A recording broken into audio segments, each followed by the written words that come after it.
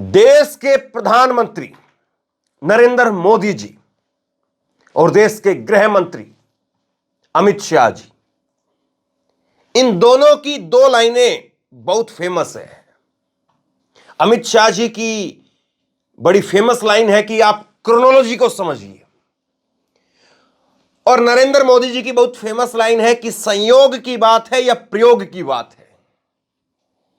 अब इन दोनों लाइनों को प्रधानमंत्री नरेंद्र मोदी जी की जो लाइन है कि संयोग की बात है या प्रयोग की बात है, और गृह मंत्री अमित शाह जी की जो लाइन है कि आप क्रोनोलॉजी को समझिए, इन दोनों को कुछ देर के लिए पकड़ करके रखिए और मैं आपके सामने एक बार फिर से बात करूंगा।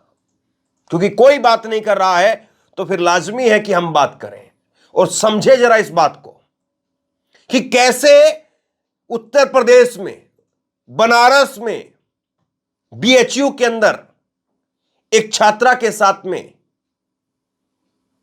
गैंगरेप किया जाता है और उसके बाद में 60 दिनों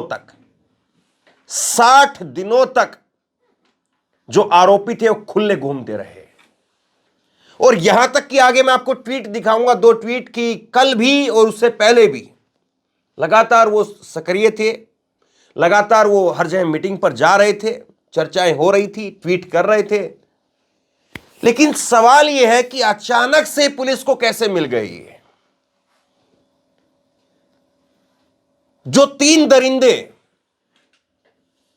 एक बच्ची के साथ में गैंगरेप करते हैं, जो 3 दरिंदे मोटरसाइकिल पर आते हैं, बुलेट पर आते हैं, और यह बात उसी घटना के बाद में तकरीबन 2-4 दिनों के अंदर साफ हो गई थी कि 3 लड़के थे, बुलेट पर आए थे, और यह बात उस लड़की ने उस रात को कह भी दी थी और उसके बाद में बात पुख्ता भी हो गई थी। बीएचयू के अंदर तमाम जगह पर सीसीटीवी लगे हुए थे, और जब बीएचयू से वो लड़के बुलेट से निकले हुए, ऐसा तो है नहीं कि बुलेट एकदम से पाताल में चली गई, आकाश में चली गई। बुलेट गई होगी तो रास्ते से ही गई होगी, बुलेट किसी न किसी सड़क से निकली होगी। तो उस रात उस जगह से कितनी बुलेट कहां से कौन कौन से रास्ते निकली, 4 दिन लगेंगे, 5 दिन लगेंगे, सारी पूछताछ हो सकती है। जितने बुलेट वाले लड़के वहां से निकले, जितनी बुलेट निकली वहां से, कोई 1500 बुलेट तो निकली नहीं होंगी, 10-20 निकल गई होंगी, 20-30-50 निकल गई होंगी। तो सबको टारगेट करके नंबर से के हिसाब से एक दिन में 24 घंटे के अंदर उनको थाने में बुलाया जा सकता था, उनको पकड़ा जा सकता था। लेकिन कैसे, किस क्रोनोलॉजी के तहत ये लोग घूमते रहे, ये सवाल है। और इस सवाल को जरा गहराई से समझिए। ये नए साल का मौका, पुराना साल बीत रहा है, ये कुछ नहीं है। अगर आप गूंगे बने रहें, अगर आप किसी के अत्याचार पर खामोश रहें, तो फिर कोई मतलब नहीं इन बातों का। तारीख बदलनी है साहब, माहौल वही रहेगा। और ये आज किसी और के साथ है, कल किसी और के साथ होगा, और परसों आपके साथ हो सकता है। जश्न मनाइए, ठीक है, लेकिन सवालों पर चुप्पी मत साधिए, सवालों पर बोलिए, गूंगा मत बनिए। यहां से सोचिए कि कैसे ये लोग 60 दिनों तक खुले घूमते रहे। क्या ऊपर ये मैसेज दे दिया गया था कि साहब ये फला फला लोग हैं, और इन फला फला लोगों का जो प्रोफाइल है वो बहुत मजबूत है। वो प्रोफाइल ये बताता कि साहब उनका मोदी, योगी, अमित शाह, पता नहीं किस किस के साथ में, कहां कहां से फोटो है उनके साथ में।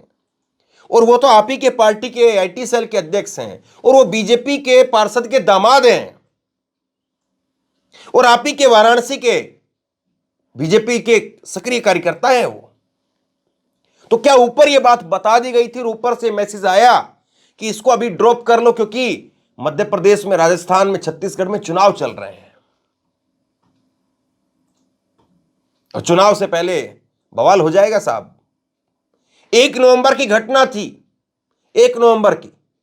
7 नवंबर को पहले चरण में छत्तीसगढ़ में चुनाव हुआ, 17 नवंबर को मध्य प्रदेश में चुनाव हुआ, और उसके बाद में 25 नवंबर को राजस्थान में, और 30 नवंबर को तेलंगाना के अंदर चुनाव हुआ। यानी पूरा महीना बीत गया।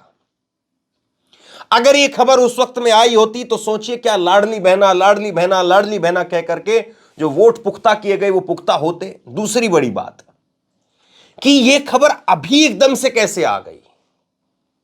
ये 31 जनवरी और ये 31 दिसंबर और 1 जनवरी, अभी ये कैसे एकदम से खबर आ गई, कैसे पुलिस को ये हाथ लग गए, और अभी तक इस खबर को लेकर के कोई प्रेस कॉन्फ्रेंस क्यों नहीं की गई बाकायदा?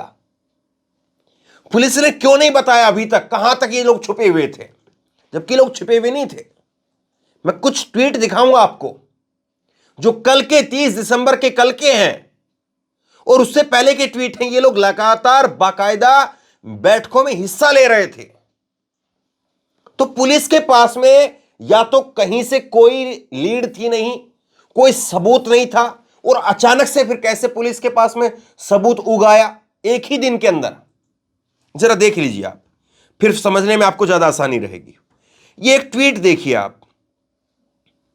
आप ये ट्वीट देखिए, जो ट्वीट जो है 30 दिसंबर को कुणाल पांडे, जो कि इन तीनों के अंदर सबसे बड़ा चेहरा है, कुणाल पांडे, और ये बीजेपी पार्षद का दामाद है। 30 दिसंबर 2023 को शाम को 5:30 बजे ये कुणाल पांडे ट्वीट कर रहा है, मोदी की गारंटी है, सपने नहीं हकीकत बुनते हैं तभी तो सभी मोदी को चुनते हैं। यह मोदी की गारंटी के नाम पर ढोल पीट रहा है 30 दिसंबर को 5:30 बजे। 24 घंटे पहले यह घटना आज जब आई है तो करीब करीब जो है वो ये 2 बजे के आसपास, 1 बजे के आसपास ये खबर ब्रेक होती है कि इन तीनों लोगों को गिरफ्तार कर लिया गया है। तो 24 घंटे पहले हम ये मान करके चलें कि ये पूरी तरह से आजाद थे, घूम रहे थे, अपना काम कर रहे थे, जैसे भी जो भी था कर रहे थे। ये किसी कुएं में छिप करके नहीं पड़े हुए थे, किसी सुरंग में दुबके हुए नहीं थे ये। और 24 घंटे के अंदर अंदर पुलिस को बाकायदा प्रेस कॉन्फ्रेंस करनी चाहिए, इस बात को लेकर के बताना चाहिए कि हमारे पास में जब ये 1 तारीख की घटना हुई 1 नवंबर को, तो 60 दिनों में हमने क्या क्या किया है और 60 दिनों में कैसे हम इन तक पहुंचे हैं। 60 दिनों में हमारे पास में क्या क्या सबूत आए, तब हमने आज इनको गिरफ्तार किया है। ये प्रेस कॉन्फ्रेंस होनी चाहिए थी और ये प्रेस कॉन्फ्रेंस सारे चैनलों पर चलनी चाहिए थी, लेकिन ना प्रेस कॉन्फ्रेंस हुई और ना चली।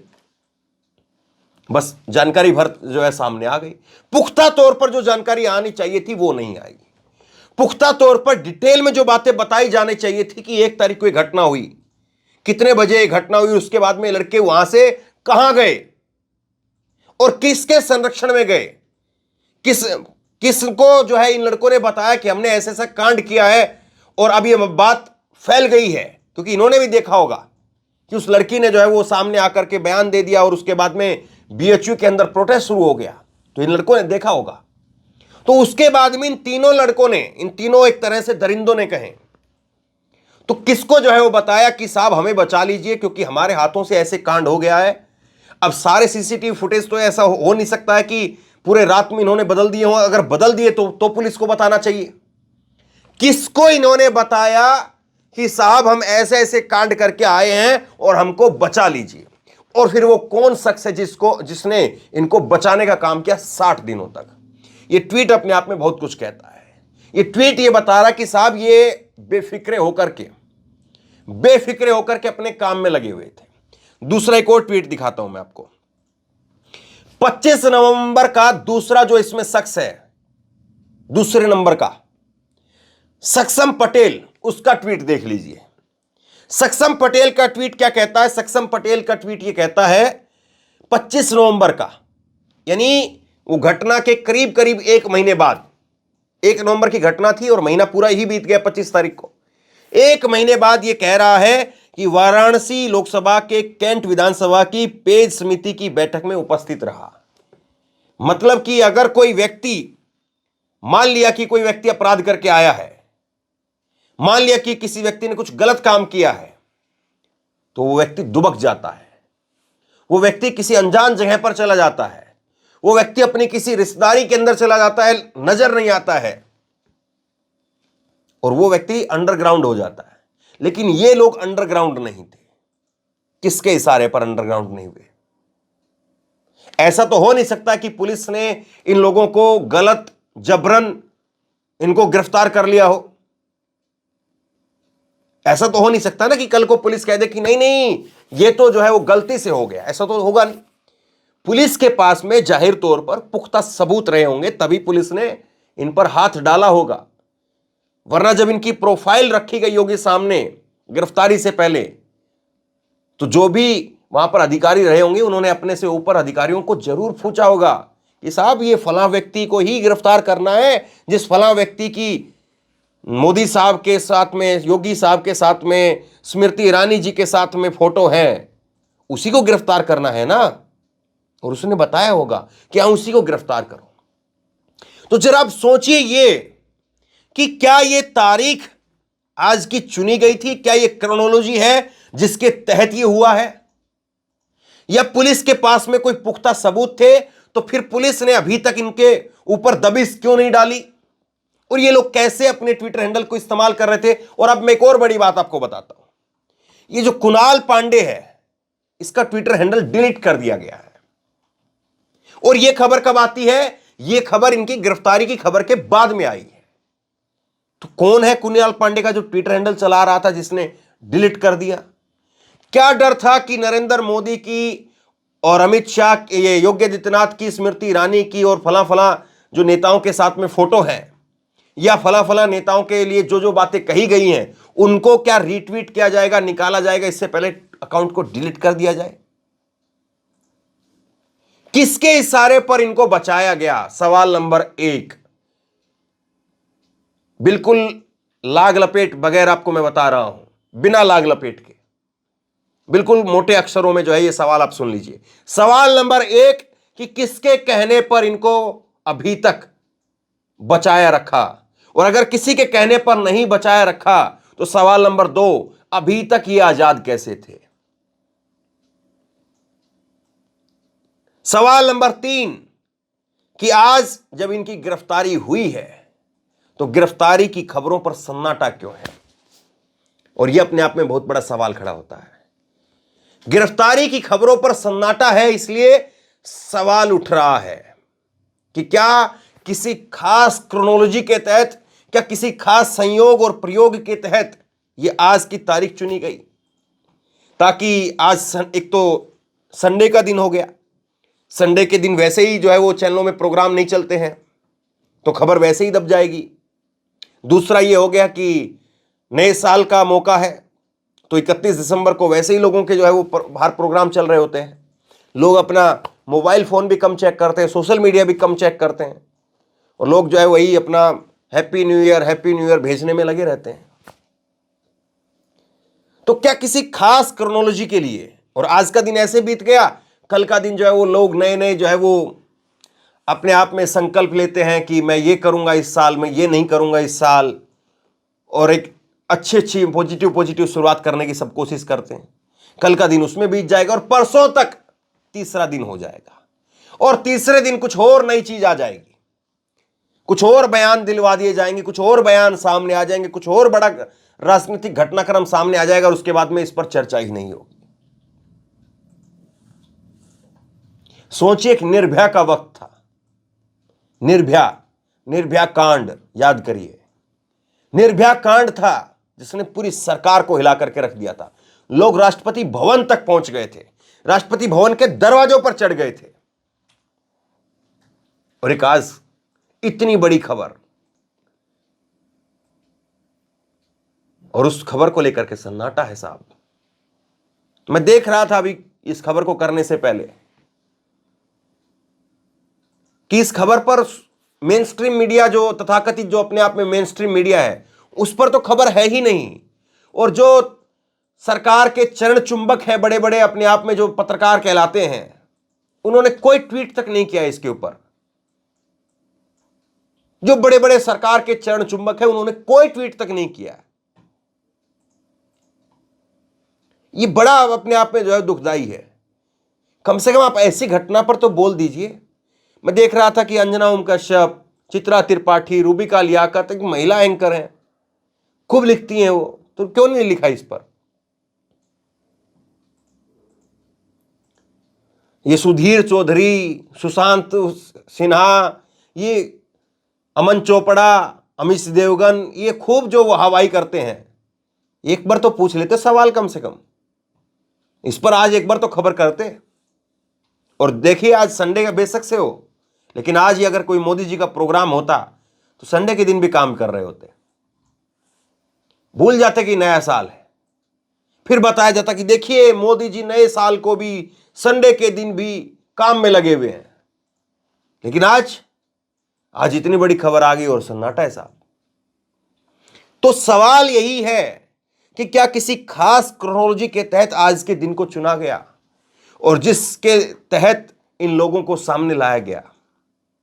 यह बड़ा सवाल है। इस सवाल को आप गहराई से सोचिए और गहराई से सोच करके इस सवाल के उत्तर को टटोलिए, क्योंकि आज कवरेज बिल्कुल शून्य है। और दूसरी बात मैं आपको और बताऊं, कुछ पत्रकार जो यूट्यूब पर काम करते भी हैं, मैं देख रहा था कि उनके चैनलों पर भी कोई खबर नहीं है। उन्होंने भी इस बड़ी घटना को लेकर के कोई खबर नहीं की है। कुछ है ट्वीट किए हैं लेकिन खबर नहीं है साहब। तो हर कोई जब नए साल के मौके पर जश्न में डूबा हुआ है तो क्या सोच समझ करके खबर सामने लाई गई? मैं इस पर तीसरी खबर कर रहा हूं अभी। जब पहली खबर आई तो लाइव किया, दूसरी खबर उसकी डिटेल के साथ की, और तीसरी खबर अब कर रहा हूं, क्योंकि मैं उस नए साल की और पुराने साल की, बीते साल की खुमारी में नहीं रहता हूं। मुझे पता है कि आज संडे है, कल मंडे है, आज 31 तारीख है, कल 1 तारीख है। यह साल बीत रहा है, अगला साल आ रहा है, लेकिन कल क्या माहौल कुछ बदल जाएगा? तारीख ही तो बदल रही है साहब, दिन ही तो बदल रहा है, माहौल क्या बदल रहा है? क्या कल से जो है वो ऐसा होने लगेगा? तब तो आज हम जश्न मनाएं इस बात का कि चलिए कल आजादी की रात है। कल से जो है वो मीडिया सवाल करने लगेगी, सवाल पूछा जाएगा। कल देख लेंगे हम, कल भी वही नीलबटे सन्नाटा रहेगा। तो ये क्रोनोलॉजी क्या है? क्या क्रोनोलॉजी है जिसके तहत ये हो रहा है? क्या ये संयोग की बात है, प्रयोग की बात है? मूल सवाल ये है। तो बहरहाल आप लोग अपनी जिम्मेदारी जरूर निभाएंगे। मुझे पूरी उम्मीद है नया साल आ रहा है, पुराना जा रहा है, इस पर हम जरूर खुश हों, लेकिन हम गूंगे ना हों, क्योंकि साल जरूर बदल जाएगा, लेकिन साल के साथ क्या माहौल बदल रहा है? और अगर माहौल नहीं बदल रहा है तो आप बोलिए, कम से कम उस भीड़ का हिस्सा मत बनिए जो गूंगी खड़ी होकर के तमाशा देख रही हो। बोलिए, अपने हिस्से की जिम्मेदारी जरूर निभाइए। और आप अपने हिस्से की जिम्मेदारी यही निभा सकते हैं कि इस वीडियो को कम से कम आप लोगों तक शेयर करके पहुंचाइए, और इस वीडियो में भी कमेंट करिए। आप लोग भी जो भी ऐसी खबर लगे जिस पर आपको लगे कि हाँ बोलना लिखना पढ़ना जरूरी है, तो उस पर जरूर लिखा करें। वीडियो में नीचे जाकर के कमेंट में अपनी खूब बातें लिखिए आप, ताकि और लोग जब आएंगे तो आपकी राय को पढ़ेंगे, जरूर शेयर करेंगे, मैं ऐसी उम्मीद करता हूं। और अगर साल बदलने से सब कुछ बदल जाता है तो मैं आपके जश्न में शरीक हूं, यह भी समझिए। मैं गूंगों की भीड़ में शरीक नहीं होऊंगा, इस बात को मैंने ठान लिया है। आप लोग भी ठानिए, तभी देश बदलेगा, तभी माहौल बदलेगा। वरना किसी दिन आप मेरी खबर पढ़ रहे होंगे या मैं आपकी खबर पढ़ रहा हूंगा। जागरूक नागरिक बनिए। बहुत बहुत धन्यवाद।